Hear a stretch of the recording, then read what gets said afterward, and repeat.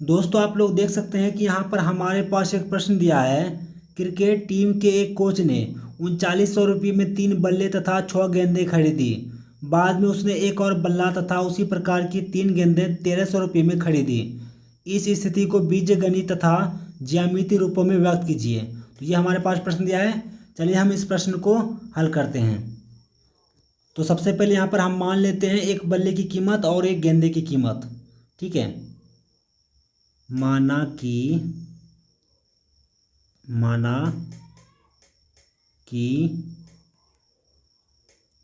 एक बल्ले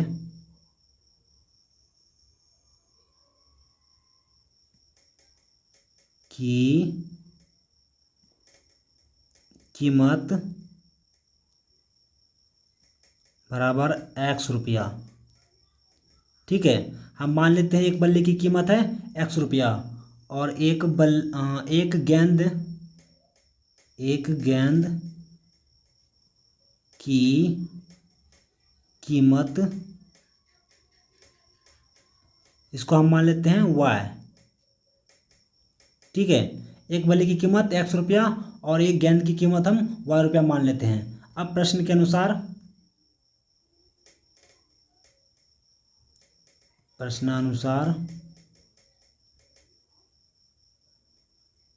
तो प्रश्न के अनुसार आप देखते हैं हम, तो ये कितना हो जाएगा? तो ये हो जाएगा 3x, क्योंकि बोल रहा है 3 बल्ले तथा 6 गेंदें। तो ये हो जाएगा 3x + 6y बराबर ये 3900। ठीक है, तो यहाँ से हम इसमें 3 दोनों साइड में, ये एल एच साइड में, LHS साइड में और ये RHS साइड में, तो दोनों साइड में हम 3 कॉमन लेते हैं। ठीक है, तो इसमें अगर हम 3 कॉमन लेते हैं तो कितना हो जाएगा? x + 2y, और इसमें हम 3 बाहर कर देते हैं तो हो जाएगा 1300। ठीक है, ये 3 और ये 3 कैंसिल हो गया, तो यहाँ से हमारा क्या बच गया? x + 2y बराबर ये 1300। इसको मान लेते हैं हम पहला समीकरण। ठीक है, अब यहाँ से इसी प्रकार से हम आगे देखते हैं। आगे भी बोला है बाद में इसने एक और बल्ला तथा इसी प्रकार की 3 गेंदें खरीदी है, इसमें बोल दिया है। तो ये कितना हो जाएगा? तो ये भी हो जाएगा हमारा x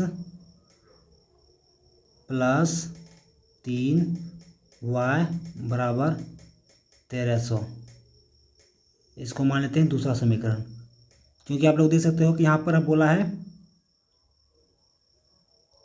यहाँ पे बोला है कि बाद में एक और बल्ला तथा उसी प्रकार की 3 गेंदें खरीदी है। ठीक है, तो ये दूसरा समीकरण है। ठीक है, अब यहाँ से हम इसको आगे सॉल्व करते हैं तो ये कितना हो जाएगा? अब समीकरण 1 में हम करते हैं। समीकरण 1 के लिए हम बॉक्स बनाते हैं। समीकरण 1 के लिए यहाँ से हम एक बॉक्स बनाते हैं। ये x, ये y। ठीक है, समीकरण 2 के लिए भी हम बना लेते हैं।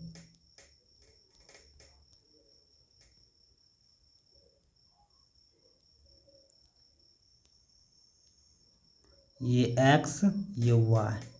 ठीक है, तो समीकरण एक में अगर हम मान लेते हैं कि समीकरण 1 में अगर हम x का मान रखते हैं 500, तो हमारा y का मान कितना आ जाएगा? 400। ठीक है, और अगर हम इसमें रखते हैं 500 y का मान, तो हमारा x का मान आ जाएगा कितना? 300। ठीक है, अब यहाँ से इसको देख लेते हैं समीकरण 2 में। तो अगर हम x का मान रखते हैं 400, तो हमारा y का मान आ जाएगा कितना? 300। ठीक है, अगर y का मान रखते हैं हम 400, तो हमारा x का मान आएगा कितना? 100।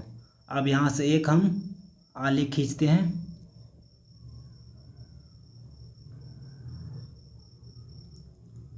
ठीक है, यहाँ से एक हम आलेख खींचते हैं। तो इसमें निगेटिव तो नहीं है एक भी, मतलब माइनस में कोई भी नहीं है तो इधर तो नहीं आएगा। तो यहाँ से हम कर लेते हैं ये 100, 200, 300, 400, 500, ये 600 तक रहने देते हैं, ऊपर में कर लेते हैं 100, 200, ये हमारा 300, 400, 500 और ये 600। ठीक है, तो यहाँ पे थोड़ा सा हम नाम रखते हैं, ये हो गया x, ये x डैश, ये y, ठीक है, और ये नीचे हमारा y डैश। ठीक है, अब यहाँ से अगर हम करते हैं तो हमारा तो समीकरण 1 में हमारा कितना आ जाएगा, तो यहाँ से हमारा आ जाएगा पहला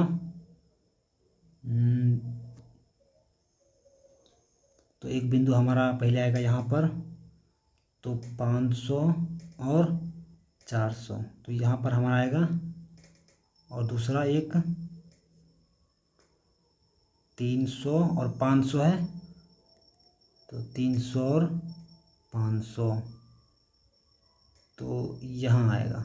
ठीक है, तो यानी कि ये इस तरह से इसमें टच होता हुआ यहाँ ऐसे जाएगा। ठीक है, और एक यहाँ पे टच होगा, और दूसरे समीकरण के लिए, ये समीकरण 1 के लिए है, समीकरण 1, तो इसमें बोला ये 300 नहीं, पहले 400 बोला है, तो 400 यहाँ पे अगर करते हैं 400 और 300, तो यहाँ पे एक टच होगा बिंदु, और एक यहाँ से, मतलब यहाँ से एक टच होगा, इस तरह से इसे इधर जाएगा, इसमें थोड़ा सा टच हो जाएगा। तो ये समीकरण 2 के लिए है, तो यहाँ से लिख देते हैं, ये हो गया 400, 500, ठीक है, और ये 500, 300, इस तरह से हम नाम रख देते हैं इसका बिंदु पे, आलेख पे, और यहाँ पर ये हो जाएगा, ये जो बिंदु है यहाँ पे होगा 300 और 400। ठीक है, और यहाँ से एक हो जाएगा 100 और 300, ऐसा होगा।